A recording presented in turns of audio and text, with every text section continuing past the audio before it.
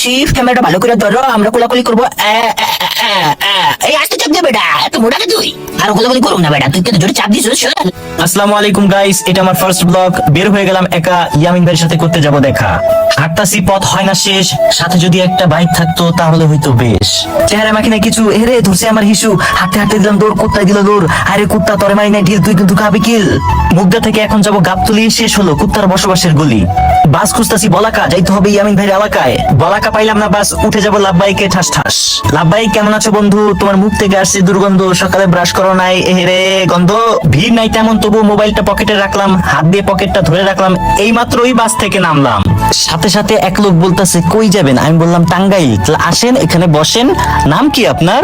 নামটা বলার সাথে সাথে টিকেটে নাম লিখলো, আমার থেকে 350 টাকা নিল এবং বলল যে বসেন এখানে, আমি বাস নিয়ে আসছি।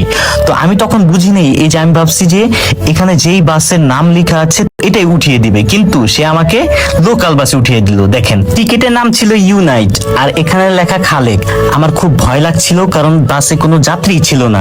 এজন্য তাদেরকে বললাম যে নামিয়ে দেন, কিন্তু তারা বলল একটু ধৈর্য ধরেন, আমাদেরকে বিশ্বাস করতে পারেন। আমার থেকে নিচে 350 টাকা, তাদেরকে দিয়েছে 150 টাকা, অর্থাৎ এই দালালি করে সে 200 টাকা লাভ করেছে। দেখেন আমার অনেক ভয় ভয় লাগছিল। বাস থেকে নামলাম, দেখতেছি পরিবেশটা কেমন, গরমের কারণে শরীর হয়ে গেছে নরম। হুজুরান ফায়ার আসিফ দুজনেই আমার জন্য অপেক্ষা করছে। তো কোন বাস স্ট্যান্ড অপেক্ষা করছে সেটা আমি জিজ্ঞাসা করলাম। সে বলল যে পুরাতন বাস স্ট্যান্ড আসেন, তাই অটোতে উঠে গেলাম। তাকে হাই বলতে বললাম, কিন্তু সে লজ্জা পাচ্ছিল, তো অনেকক্ষণ তাকিয়ে রইলো, কিন্তু ওইভাবে আমি ক্যামেরাটা ধরতে পারছিলাম না। তো সে বললো যে এইভাবে ধরেন, এইভাবে ধরলে ভালো হবে, দেখা যাবে। তাড়াহুড়া করলে যা হয়। আমি হুজুরান ফায়ারকে বললাম যে পুরাতন বাস স্ট্যান্ড আসছি, কিন্তু আসলে আমার দরকার ছিল নতুন বাস স্ট্যান্ড আসা, তাই আমি ব্যাক করে নতুন বাস স্ট্যান্ড চলে আসছি। এই যে হুজুরান ফায়ারের সাথে দেখা হয়ে গেল। এখন আমি বললাম যে কোলাকুলি করো। হুজুরান ফায়ার কি না না, এখানে কোলাকুলি করা যাবে না। হাসিফ ক্যামেরাটা ভালো করে ধরো, আমরা কোলাকুলি করবো। এই আসতে চাপ দে বেটা, এত মোটা কে তুই? আর কোলাকুলি করুম না বেটা, তুই কিন্তু জোরে চাপ দিছিস। সরালা এই আসিফ শালা চিকনা শুকনা, মুনানাকা করলেই পাবো ব্যথা। এরে আসলে পেলাম ব্যথা, শালা হাড্ডি মরা কাপ্রিস বেড়া। আবার হাত বুলে তামিমও চলে আসছে। আমি জাহাঙ্গীর ভাই, আসিফ ভাই, আবার ফুল কিনতে আসলাম ইয়ামিন ভাইয়ের জন্য। জাহাঙ্গীর ভাইকে বললাম তামিম তো রয়েছে দাঁড়িয়ে, ভাই চলেন আমরা তাড়াতাড়ি যাই।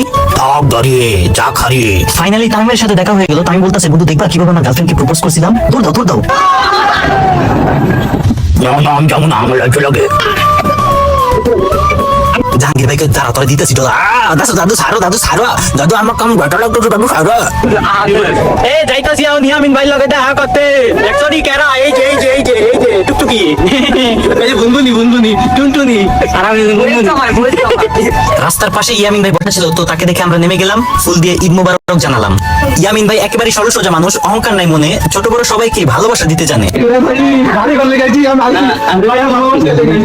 আসিফ একটা বড়ই দেখছে, ওটা নেওয়ার লেগে আবার চেষ্টা করলো। ইয়ামিন ভাই বলতেছে যে দেখেন এটা আমার ঘর, কিন্তু আমি এগুলো অনেক কষ্ট করেই করছি।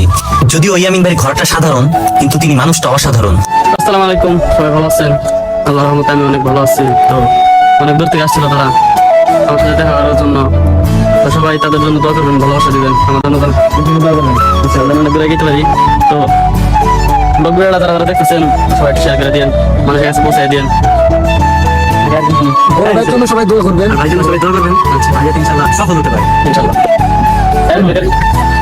আল্লাহ হাফেজ। আচ্ছা সমস্যা নেই, দোয়া করেন ভাই। ইয়ামিন ভাইয়ের কষ্টের জীবনী শুনে আমাদের প্রত্যেকের এই কান্না ভাব চলে আসছিল। তো ইয়ামিন ভাই থেকে বিদায় নিয়ে নিলাম। যদি ব্লগটা ভালো লাগে তাহলে সাবস্ক্রাইব, ফলো দিয়ে রাখো।